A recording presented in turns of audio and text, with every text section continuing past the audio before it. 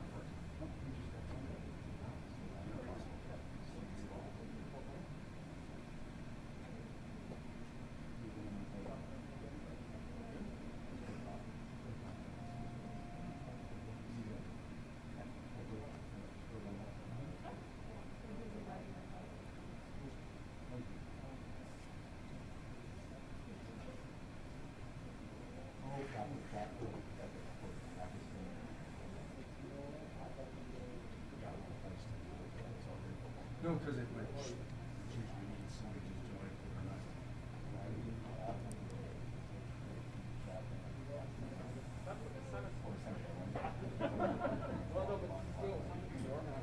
That's true.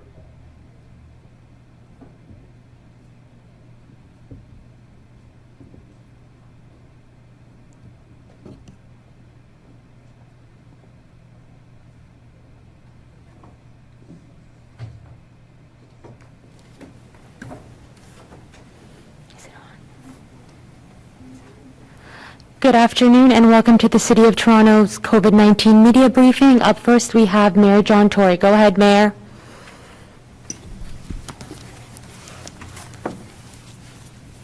Good afternoon. Our Team Toronto effort has now administered more than 2.2 million COVID-19 vaccine doses in our city, and as we announced yesterday, more than 70% of adults in our city have now received their first dose of vaccine. As I've said before, this is a milestone, but not one that causes us to slow down on our work at all. It just really reinvigorates us to get on with making sure the rest of the people get vaccinated, and I'm going to discuss a bit of that today. We're trying to find more and more ways in which we can get that first dose into people's arms, and of course the equally important second dose into people's arms as well. We are also seeing improvement in the number of new infections that are being reported, and Dr. Davila will comment on that later today. I just want to say thank you to everybody who is participating, because we wouldn't be able to put 2 million plus doses into people's arms if they weren't showing up to have it done. And I want to say thank you to people who are obviously following public health guidelines that are helping us to get the rate of infection down as well. Our work to get as many people vaccinated as possible is continuing. And the first ActiveTO citywide telephone town hall will be held tonight starting at 6 o'clock. The town hall is meant to give people as much information as possible about getting vaccinated. We know that the more information people have, the more likely they are to get vaccinated. And it's okay to have questions about the vaccines and about the process. We're having the town hall to address those questions, both for the people that are asking the questions and for all those who are listening and may not get a chance to ask a question, so that everybody has the information they need. The call out to encourage people to join the telephone town hall tonight has itself, just the call out inviting people to the town hall, has resulted in almost 4,900 people connecting directly to the provincial booking line to get vaccinated. And we've already received more than 4,000 texts on our vaccine text line. Anyone can access this text line, which has a wealth of information about vaccinations and the availability of vaccinations, and it has information as well about tonight's town hall. And you can do that by texting the word vaccine to 1-833-750-0888.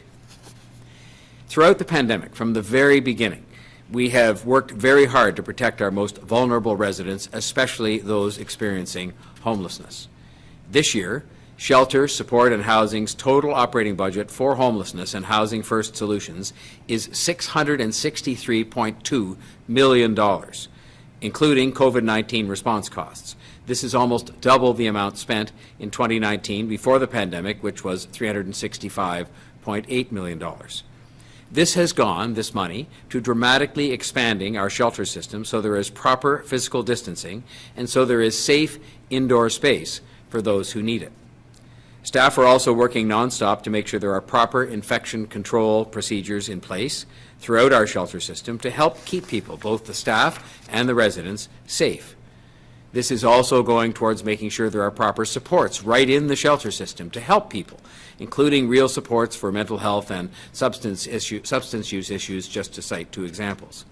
It is going towards building more supportive housing options so that people can move out of the shelter system. And it is going towards getting more people who are experiencing homelessness vaccinated. More than 7,500 COVID-19 vaccine doses have been administered to people experiencing homelessness and people who are precariously housed, as well as people working in the homelessness and housing sector through on-site clinics in shelters or mobile clinics in the community. This has very much been a team effort, and I want to say thank you to that team. It's been a group of Toronto paramedics supported by the Sunnybrook Centre for Pre-Hospital Medicine, Toronto Public Health, Toronto Fire Services. All of those people are working together to attend shelters, to attend drop-in centres and encampment sites to immunize people 7 days a week. And I want to thank them for their dedication to this very important initiative. These efforts have worked to help 1,600 people, including 200 people in the last month, who are staying in encampments to make the move to safe inside space, and more than 5,500 people who were staying in our shelter system. It has helped them to move into permanent housing. This is the kind of progress that we're making. You've heard me say here many times that encampments are not safe, they are not healthy, and they are not legal. Since July 2020, the city's Streets to Homes and partner agency staff have engaged more than 19,000 times 19,000 direct encounters with people who are experiencing homelessness, living outside, including those staying in encampments, listening to them, understanding their needs on a daily basis with care and with compassion, and offering them safe inside space with supports as well as referrals to permanent housing. And you've heard me say, thousands have been helped as a result of those 19,000 visits, those 19,000 encounters. We will never stop working to help our homeless residents and give them safe housing options. Just this week, we opened a new shelter in Scarborough, and we are continuing to work with local communities to provide more supportive housing units. I've personally attended all of the community meetings meant to move our supportive housing initiative forward, and it is an extraordinary commitment that we are making to change the way in which we are supporting people experiencing homelessness so that they have an even broader range of acceptable options. The City Manager will be bringing a report to the City Council next week on the ongoing efforts to help our homeless population. I think it is important that all of these efforts, some of which I've tried to summarize today, to keep people safe, the efforts to keep people safe, are reported on publicly and to the entire City Council. Every member of Council and the public should have a full understanding of this complex issue and the work that our dedicated and caring city staff and community partners are doing to keep some of our most vulnerable residents safe and healthy, and to keep our parks safe and open for all people. Our work to make sure that our city is safe and open for everyone is something we've worked to do throughout the pandemic with public health advice. And we know this is incredibly important at all times, and that includes, in particular, the summer. Starting this Saturday, 10 Toronto beaches will officially open for swimming. Lifeguards will be on duty at these beaches and will supervise swim areas from 10:30 a.m. to 7:30 in the evening. Throughout the COVID-19 pandemic, we have worked to keep our beaches open so that people have places to go and be outdoors safely. We have some of the best swimming beaches around. In fact, 8 of Toronto's 10 beaches have been awarded the International Blue Flag certification, meeting high standards for water quality, environmental management, education, safety, and other services that are set pursuant to an international standard. As part of this year's Supervised Beach program, the city is preparing to launch a comprehensive public education campaign about beach and water safety. The campaign will highlight the importance of swimming only in designated areas, supervising non-swimmers and children at all times, information about the flag system that indicates when conditions are and are not appropriate for swimming, and a reminder about safe beach practices, including staying hydrated, wearing sunscreen, and not using substances while swimming. Finally, each day park staff work hard, as they will continue to do, to groom the beaches and to empty the waste bins, and even more. We've increased litter collection at our beaches to deal with the increased demand and increased attendance at those beaches during the pandemic, but we need your help in keeping those beaches free of litter. Please do your part by making sure you keep the beaches clean by properly disposing of your own waste. You can't imagine going to somebody else's backyard and just throwing things down, and why would you go to our collective backyard, which includes the beaches and the parks, and throw things down on the ground or just leave them there when you're finished with a visit? We really want everyone to enjoy the beaches and the parks safely this summer, and I know that we can do it if we work together on the safety but also on the cleanliness of those particular properties. This weekend, we're expanding the ActiveTO road closures and introducing this innovative program to another part of the city. It's something that I've worked very hard to do with things like Nuit Blanche and ActiveTO, to take them to all parts of the city so that everybody has a chance to experience this closer to their own home. We're committed to giving people more places to be safely outside, because we still do have to pay attention, even with the improved numbers, to public health guidelines, to safe distances, and to the wearing of masks. I'm very pleased to announce that this Saturday, June the 5th, ActiveTO is coming to the Allen Road and will complement the other planned ActiveTO routes. This weekend is a very special anniversary. It's the 50th anniversary of the cancellation by Premier Bill Davis, opposed by many. Premier Davis famously said at the time, and it's interesting to think about him saying this 50 years ago, he famously said, and I quote, "If we are building a transportation system to serve the automobile, the Spadina Expressway would be a good place to start. But if we're building a transportation system to serve people, the Spadina Expressway is a good place to stop." Close quote. Thank you to local councillor Mike Cole for proposing this idea to have ActiveTO on the Allen, what remains of the Spadina Expressway, to celebrate the 50th anniversary of the cancellation of the Spadina Expressway. So this coming Saturday, the northbound lanes along Allen Road between Eglinton Avenue West and Lawrence Avenue will be closed to vehicles and open for bikes and for people to walk or to run, or using a mobility device, or just out pushing a stroller. Due to the Eglinton Crosstown construction, the best way and the only way to access the lanes of the Allen to use for ActiveTO purposes will be at the top end at Lawrence Avenue and Allen Road. I encourage those planning to use this space to leave their car at home and access the Allen Road by bike, by pedestrian means, or by riding public transit. The Lawrence West subway station is right steps away from the ramps that lead down to the road that you can have some fun on this weekend. Arrangements have been made this Saturday to have bike share stations positioned within the Allen Road ActiveTO stretch for people who don't have a bike but who would like to experience the Allen Road on a bike.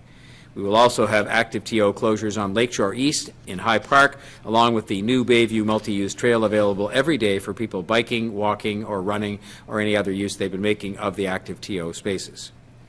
Now it's time for Dr. Davila to give her update on youth vaccination and generally on the health numbers.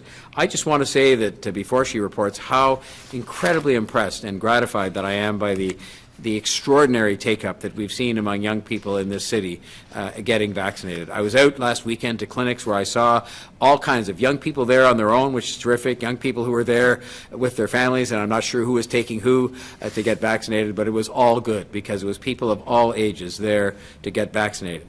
The kids are all right. Thousands of young people have stepped forward to get vaccinated, teens, people in their 20s.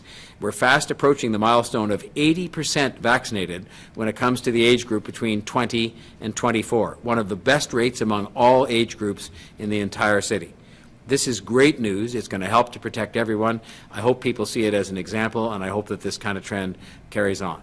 And on that note, I'll ask Dr. Davila to provide her remarks for today. Thank you, Mayor Tory, and good afternoon. Today, I am reporting 328 new cases of COVID-19. 774 people are in the hospital, and 221 people are in the ICU. I'm saddened to report 14 deaths today. To illustrate how far we've come in a month, I want to revisit briefly the figures I reported on Monday, May the 3rd. The average then was 1,037 new COVID-19 cases per day. 1,142 people were in the hospital and 272 were in the ICU. The dramatic change between then and now speaks for itself. Cases have declined significantly, and hospitalizations, while improving, are doing so more modestly, as is expected. The changing numbers reflect people taking to heart the stay-at-home order, the steps for self-protection, and the success of the vaccination campaign. As the Mayor just stated, already we've seen significant vaccination uptake for people ages 12 to 17. In Toronto, close to 75,000 in that age group have already received a first dose of vaccine. That's 46% of this group. A youth vaccination strategy is being co-led by Toronto Public Health and Sick Kids Hospital. Youth initiatives to support vaccination have so far included city-run immunization clinics, hospital clinics, school pop-up clinics, and mobile clinics led by hospitals, Ontario health teams, and community partners. As we move through June, you will see a focused effort to provide vaccination opportunities for children and young people between the ages of 12 and 17. Outreach strategies will put an emphasis on youth in priority postal codes and those who need additional support in accessing vaccines. Toronto Public Health and Sick Kids are working together to create communications for youth, their families, and caregivers to address common questions and misconceptions about vaccines and to support informed vaccination consent. We have significant capacity to boost youth vaccination numbers, to provide protection to them, their families, and to position everyone for a return to school in September. It is generally found that if a young person does get COVID-19, the course of their illness is mild. But we never want to take COVID-19 for granted, and we never want to take risks that we don't have to. Once COVID is in a home, it can easily infect everyone who lives there. We want to deny COVID-19 the chance to spread whenever we can. The Team Toronto Sprint strategy efforts, which include youth vaccination, is also ongoing. With increased coverage across the city, the next phase of the strategy will leverage data insights to focus vaccination efforts on neighborhoods and buildings with low uptake. One of the things we're keeping an eye on is the B.1.617 variant, or Delta variant, which is rapidly spreading in the United Kingdom in particular. There are 68 confirmed cases of this variant in Toronto. Like any virus, it spreads amongst the unprotected, but this variant is showing some capability for infecting even those who are fully vaccinated, albeit generally with a milder illness. The main message for us to draw from this is this: get vaccinated, and remember that for now, it's still really important to be mindful of distance between yourself and others, to wear your mask when you can't keep 6 feet apart, to do what you can to establish good ventilation indoors, and to spend as much time as possible outside if in the company of individuals outside your household. There's also work to get done where first vaccine doses are concerned. I want to run you through the numbers to illustrate the gaps in certain age categories because we need as many people as possible to get vaccinated against COVID-19. People age 60 and over are doing well, with one caveat. Their first dose vaccination rate is between 77 and 78% until you reach the threshold for 80 years of age and over. There's a bit of a lag as that age group only has a little more than 73% with a first dose. That leaves 27% unvaccinated, and that's concerning and has been concerning me for a couple of weeks now. We do not want any unnecessary suffering from COVID now that we have these powerful protections against it, especially in those who are most vulnerable to COVID. If you have an 80-year-old in your life, find out if they're vaccinated. Find out what you can do to help them get vaccinated if they're not. Those 55 to 59 are in a similar state. Around 72% of them have received a first dose. In contrast, 20 to 24-year-olds are leading the way. 76% of them have rolled up their sleeves. 25 to 29-year-olds are a little behind at 69%. Where I see a concerning lag is in a broad band of ages from 30 to 54. First dose vaccination rates across these age groups range from 61 to 67%. That leaves at least a third of people between 30 and 54 without the protection of a vaccine. This age group does a lot of the heavy lifting in daily life, caring for children, caring for elders, and they are the bulk of the workforce. We need you in good health. So to anyone still thinking about it, now's the time to act. There are still vaccination appointments this week, and many more in the next couple of weeks. I would like to see Toronto as a leader in vaccine uptake in the country and around the world. It's good for everybody, and it's what will bring us back to a life more like we knew it prior to COVID-19. So please, book your appointment, and let's keep moving forward to where we want to be.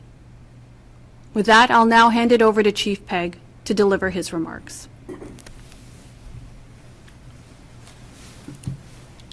Thank you, Dr. Davila, and good afternoon. With more than 2.2 million doses of COVID-19 vaccine administered thus far in Toronto, more than 70% of eligible adults over the age of 18 have received their first dose of vaccine. This is an important and impressive milestone that moves us closer to the resumption of a much more normal life in our city, which is why we continue this work 7 days per week. Thank you to everyone who has and continues to support this important effort, and to everyone who has made the effort to get their vaccine. Everyone who is 12 years of age or older is eligible to be vaccinated. Also, beginning Monday of this week, anyone 80 years of age or older is now eligible to receive their second dose of vaccine. Those residents 80 years of age and older who received their first dose of Pfizer vaccine in one of the 9 city-operated vaccine clinics now have the option of rescheduling their previously booked second dose appointment into an earlier available appointment if they so choose. Eligible residents who wish to take advantage of the accelerated second dose eligibility can do so by accessing the reschedule link that is included in your appointment confirmation email that you received when you made your original appointment booking. This link will take you into the provincial booking system, where you will be able to book an earlier available appointment of your choice. You can also reschedule your appointment by calling the provincial call center at 1-833-943-3900. As of this morning, there were approximately 4,000 available appointments in city-operated vaccine clinics for the remainder of this week. Our clinics are nearly fully booked for the week of June 7, although there are still appointments available for the weeks of June 14, 21, and 28. Between today and July 4, based on current vaccine allocations, there are approximately 71,000 appointments available in city-operated vaccine clinics. I remind everyone that AstraZeneca vaccine is only available in pharmacies and primary care providers. If you are 80 years of age or older and received AstraZeneca as your first dose, please contact the pharmacy or primary care provider where you received your first dose in order to schedule your accelerated second dose. I continue to encourage everyone who is 12 years of age and older to book your appointment to receive your first dose of COVID-19 vaccine as very soon as you are able. Please go to vaccineto.ca for vaccine opportunities that may exist in Team Toronto partner clinics. And for those active on social media, I continue to encourage you to follow Vaccine Hunters Canada on Twitter for additional information on opportunities to receive COVID-19 vaccine in Toronto. We are experiencing an increasing number of no-shows in our city-operated vaccine clinics. Over the course of last week's operations in city-operated clinics, the percentage of people who did not arrive for their scheduled appointment ranged from 1.8% to as high as 4.2%. Our weekly no-show average increased to 3% last week. Our team is continuing to monitor this situation closely, and we are continuing to work with the province to ensure that the provincial booking system is as robust as possible in a collective effort to prevent no-shows and missed appointments. While no doses of vaccine were wasted as a result of no-shows, this does result in slower vaccine rollout across our city.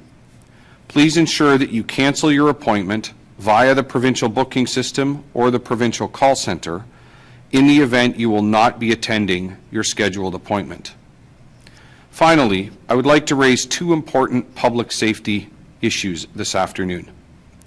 Over the course of the Victoria Day weekend, we experienced a number of issues relating to the discharge of fireworks. I remind everyone that fireworks can only be discharged without a permit from your own private property on Victoria Day and Canada Day. A permit is needed to discharge fireworks on any other day of the year. Fireworks may not be discharged in a city park, on a street, from a parking lot, or from other people's private property. Discharging or igniting fireworks in a city park or on a public beach is prohibited at all times. Fireworks have the potential to cause serious injury and must be supervised by a responsible adult at all times. Children and those under 18 years of age are not permitted to discharge fireworks. We are also experiencing a number of safety-related issues as a result of open-air burning. Under the Ontario Fire Code, open-air burning is not permitted anywhere in the City of Toronto without a permit authorized by Toronto Fire Services. This includes bonfires, campfires, backyard fire pits, and the use of chimeneas. Bonfires are not permitted in city parks, on beaches, nor in public spaces. Toronto Fire Services approves and issues permits for open-air burning in the City of Toronto on a case-by-case basis and under very limited and controlled situations. Open-air burning can cause significant fire hazards, can produce toxic fumes and chemicals, reduced visibility, and increased odors. Open-air burning, such as the recent bonfires along the waterfront in recent weeks, pose a risk to the parks and to the public. I encourage anyone who may have specific questions about open-air burning to contact our team at Toronto Fire Services, who will be happy to answer any questions you may have. As we head into the summer months, your attention to these important matters will help to ensure a safe and enjoyable summer for everyone. Thank you for all you do to help stop the spread of COVID-19 in our city, and please continue to monitor toronto.ca/COVID-19 for the most up-to-date information on immunizations in Toronto. Thank you. Thank you, Chief Pegg, Dr. Davila, and Mayor Tory. We will now open up the floor to questions. As a reminder, it's one question, one follow-up. And when we do call your name, please unmute yourself. We also do have staff on the line if you do have any specific questions. First up, we have Brian from the Toronto Sun. Go ahead, Brian. Good afternoon, everybody. Quick question. With the stay-at-home order having expired at midnight, I wanted to swing back to the topic of ActiveTO. We know there was a target date of June 14th coming out of Queen's Park, but how hopeful are you that the outdoor dining will actually be permitted by then, and what measures are in place to allow that to happen? Just looking here. Hold on one sec, Brian. There we go. I'm very pleased to report that what we're doing at our end, so that when the order comes off, we will be in the position that we planned to be in when we began the installation, even though there was a stay-at-home order in effect at the time. As of today, in terms of curb lane cafes, there are 637 actually installed as of today. There are 57 on Destination Danforth that will be fully installed by Friday. There will be 22 more that will be installed in the beach tomorrow. And 49 non-BIA restaurants. So these are restaurants in areas of the city that don't have a business improvement area that are undergoing final review. And then 78 Window 3 restaurants registered to date, and the review and traffic plans have started. So that bottom line, we have 780 restaurants, 13 have a bit longer timeline, unrelated to transportation staff, but related to other matters, so that we'll be ready, as we said we would. I think people going around the city can see a lot of the elements are installed, so that when the provincial order comes off, we're ready to open those patios and curb lane ActiveTO installations ASAP, so that people can enjoy them, but just as importantly, so that those restaurateurs and bars can get that revenue going. Okay, sorry. I apologize if I cut someone off there. The second question was for Dr. Davila. The province does, let's say next week, decide to open outdoor dining, I apologize. Would you have any objections to allowing this to happen in Toronto? So, Brian, I would say this. My understanding is that the provincial government has their reopening plan, and I trust that they would follow the parameters articulated in that plan. And I think the important part here is to do any actions or to take any actions in respect of reopening in keeping with the best available data, what's actually happening out in the province, in the community, in regards to COVID-19. And to do so in a way that's informed with the best available evidence as well. So we're having constant conversations with our provincial partners in this regard, and we have every intention to continue productive conversations and to ensure that we're bringing forward data and evidence as decisions are considered and discussed. For Brian and for your colleagues, I just had one more fact that was in this note.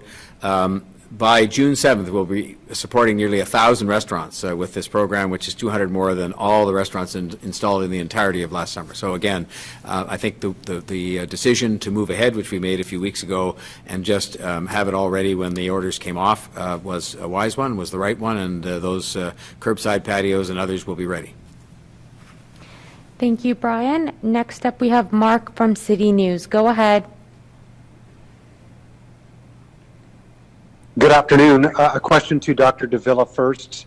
The emphasis, and perhaps Mayor Tory, if you would, the emphasis today seems to be on trying to get more youth vaccinated at this point, although you addressed a number of issues in and around other demographics. I'm just curious, we're talking about first doses here and trying to bring up those numbers at the same time starting to roll out the second dose and concentrating on the 80-plus demographic.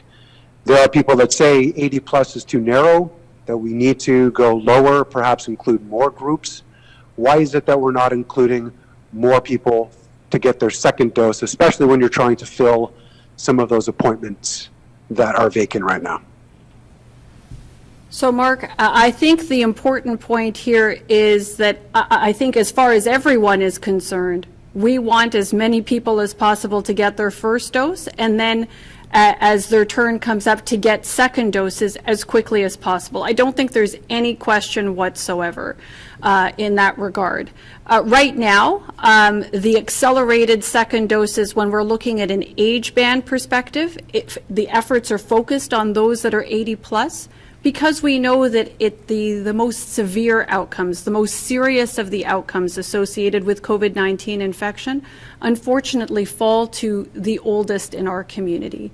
Hence, the focus on the 80 pluses first when it comes to the age groupings.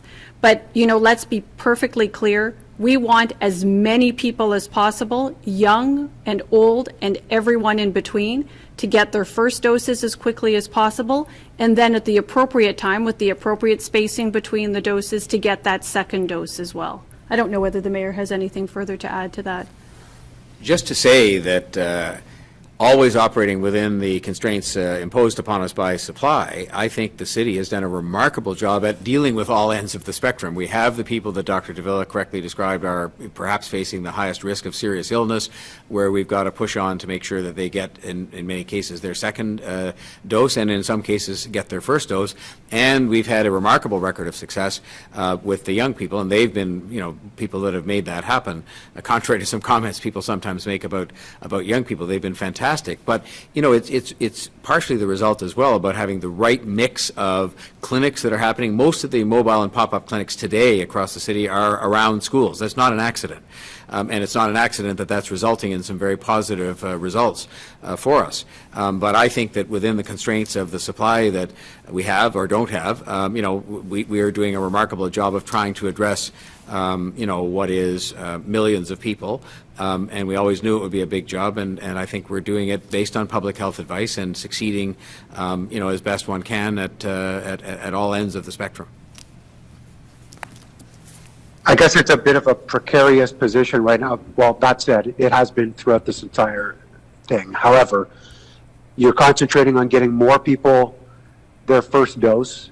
That is likely going to continue to slow based on the fact that there is a number of people that have had that already. But at the same time, you have to start ramping up the second dose campaign. So how do you go about doing that now and in the weeks to come to make sure that people are doing both? So, Mark, that's the subject of regular conversation at the health sector leadership table that is overseeing and really championing the vaccination campaign across the entire city.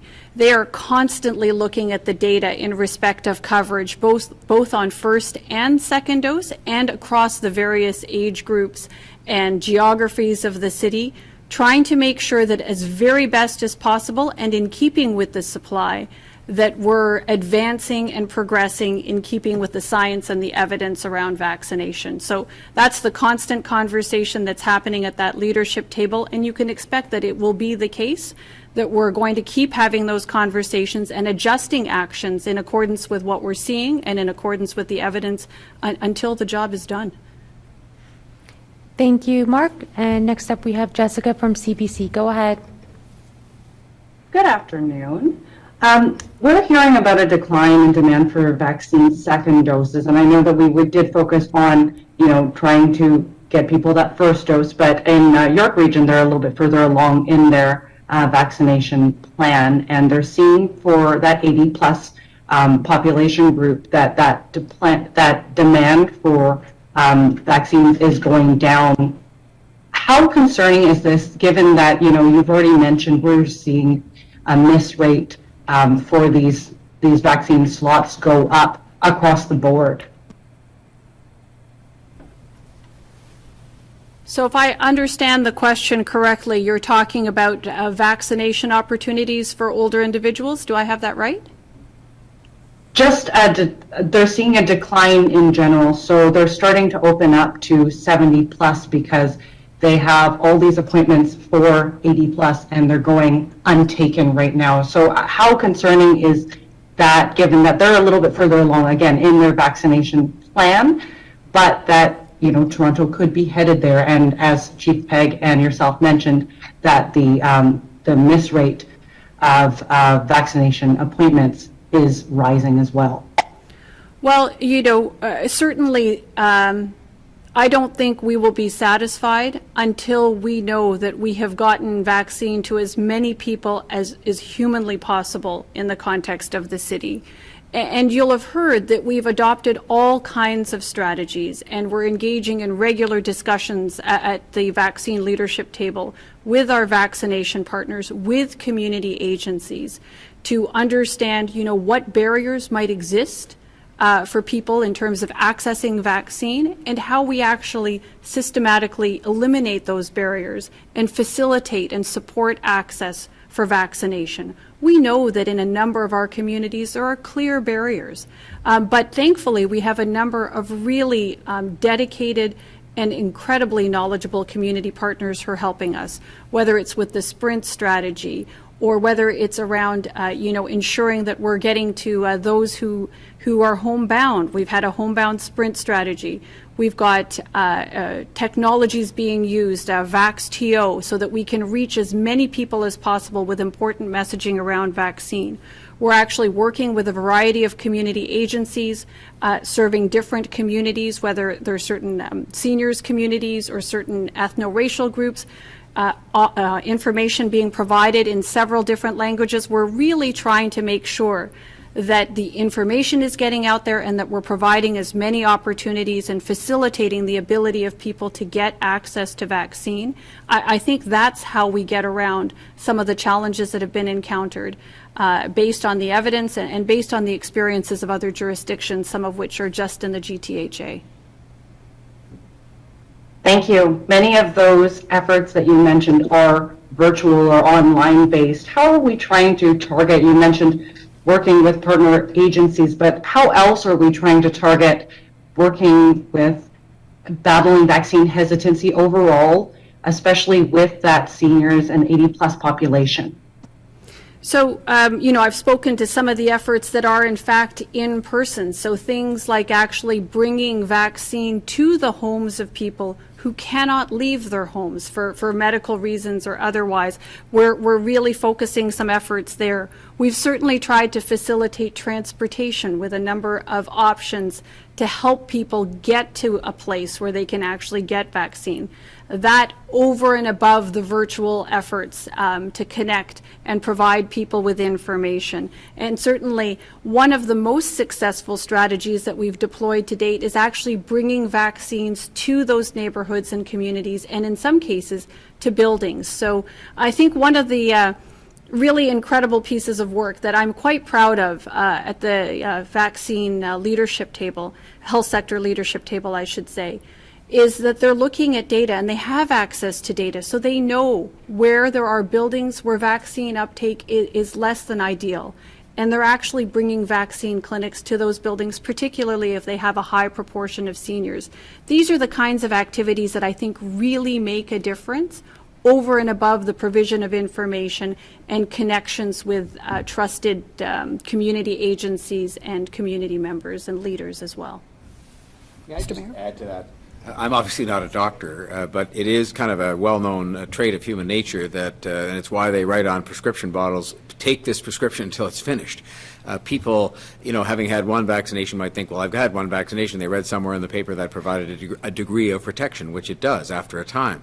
But just like finishing the prescription, it's the second vaccination that has you so-called fully vaccinated, and that is why we have embarked on all the efforts we've had. I think sometimes when we announce these things of these different programs that literally go and knock on doors or move vaccine clinics to buildings that house people that are more elderly, or that we have given thousands of people rides to get vaccinated. That's why we do these things, because human nature is such that, first of all, it's a little more difficult sometimes for people who are older to get to do this for a variety of reasons, but also just because human nature often says, well, I've done it once and maybe that's good enough. And we're saying it isn't good enough, and that's why we're continuing and, in fact, expanding the programs, including, for example, my guess is if you looked at the demographics of the people who will listen to the town hall meeting tonight on telephone and listening to Dr. Davila and Chief Pegg answer questions, it's probably going to skew to an older audience, but that's good because that may encourage some of them to get a first dose or a second dose. But we have every means we could possibly have in place that are meant to make it easier for that population to get vaccinated, and for everybody, for that matter. That's why the clinics are in the schools today, because we have a big push on to get younger people vaccinated. So we're on to the human nature, and we're dealing with it, I think, in a way that should make us proud, and that will be and is very effective in terms of the actual results it's going to produce. But we've said this is a work in progress. Thank you, Jessica. Next up, we have David Ryder. Go ahead. Hi there. My question also on vaccination, and that's with the first dose rollout with the city. We saw not great take-up, I think, at the beginning when it was just book an appointment at a city clinic. The real boost came when a lot of the vaccination was moved out to communities with pop-ups and mobiles, and also key that the age eligibility was dropped so that you could get essential workers and others who are going into factories and not strictly going by age-based. It seems with the second dose, and I know that's set by the province, but we seem back to the old way. It's only 80 plus, and you go to the clinic. Are we going to see anytime soon more of an expansion with second dose like we saw with first dose?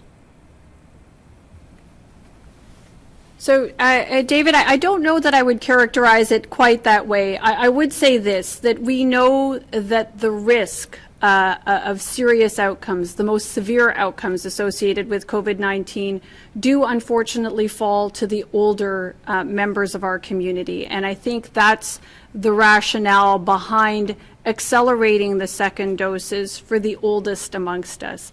But it is meant to rapidly increase or expand to cover the rest of the age groups. And part of that is around a question of supply, while at the same time making sure that first doses are available to those and are being taken up, most importantly, by those who have yet to take up that opportunity. That was the idea behind increasing the interval between that first and second dose in the first instance.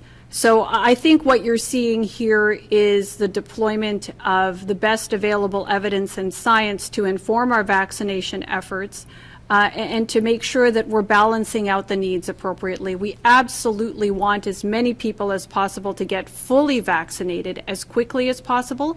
And at this point in the campaign, that requires a combination of getting those who have yet to get their first dose to get that first dose, and of course to get second doses on board as timing is appropriate and as supply allows, starting off first with those who are at highest risk and expanding as quickly as possible.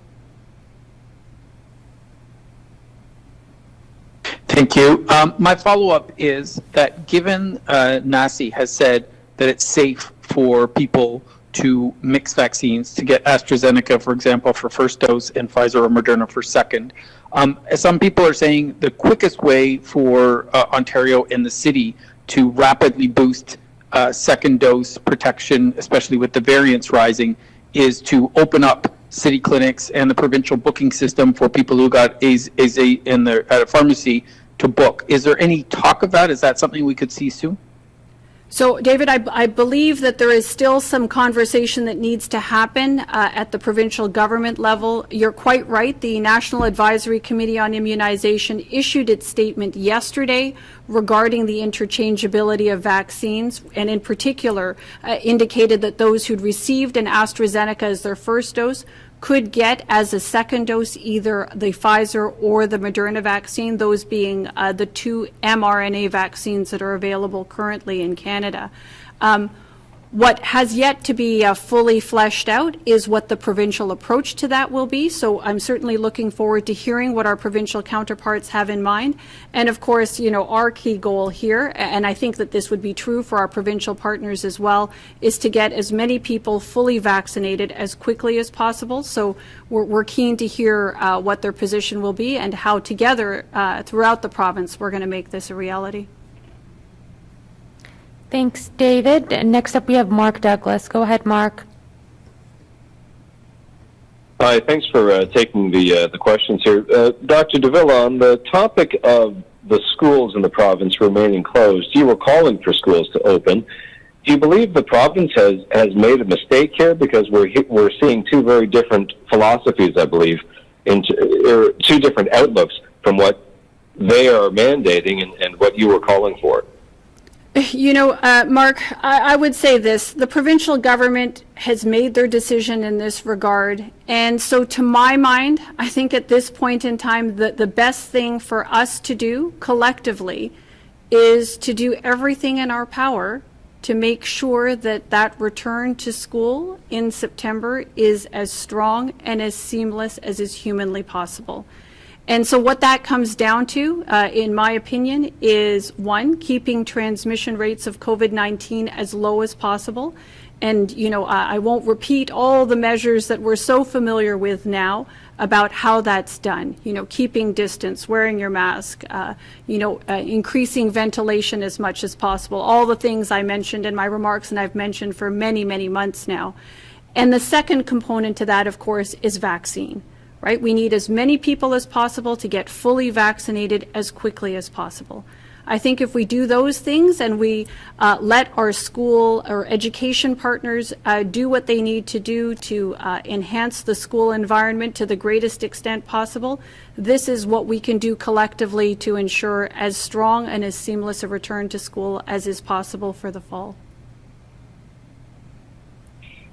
Thank you. And Dr. DeVille, a follow-up question then also about the school closures. With, you know, if the kids are going to have to miss out on these last few weeks of opportunity for socializing, for some, you know, just some regular recess playtime out in the schoolyard for the younger kids, in lieu of all that, for health, for physical health and mental health, what can kids do to stay happy and healthy without going back to school? Well, you know, at this point in time, Mark, what I would say is this. Certainly, you know, we are at that time of year where we actually get nice weather. There's opportunity to enjoy the outdoors. And we know that being outdoors, even with other people, we'll still try to promote the distance as much as possible. But we know that activities that are done outdoors are certainly much, much safer relative to that which happens indoors. We would encourage people, to continue to maintain some distance as much as possible. And if distance can't be maintained, to wear a mask. But, you know, please do go outside, get that physical activity. It is good for physical health. It's good for mental health. And again, I just can't emphasize enough how important it is that we all do our part to keep COVID transmission low, to get our vaccine as soon as possible.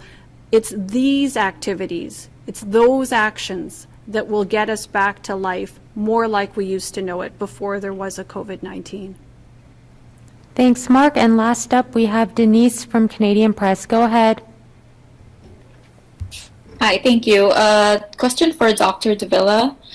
Now that the stay-at-home order is lifted, ban on evictions are also lifted. I'm wondering what your thoughts are on this. Last time the stay-at-home order was lifted, legal group asked you to extend the eviction ban. That was back in December. I'm wondering if Toronto is thinking of doing this or just letting it. You know, Denise, thank you for your question. I'll just remind people that when it comes to that which a local medical officer of health can do, the Health Protection and Promotion Act allows for the exercise of certain powers in order to control, in very specific instances, communicable disease.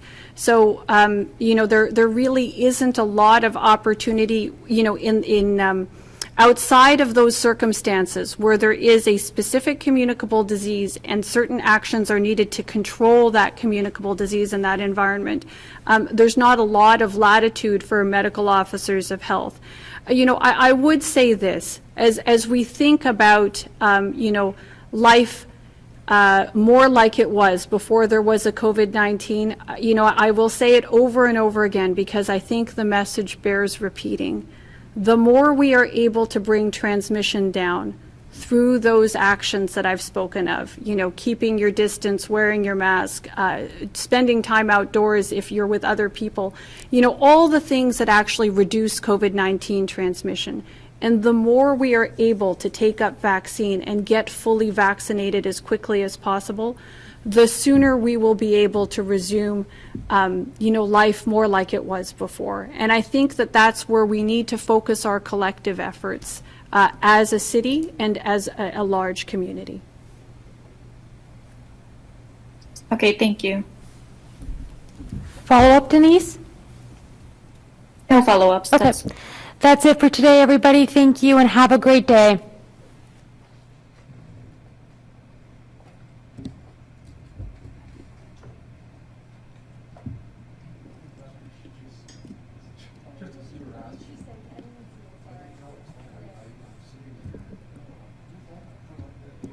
Out of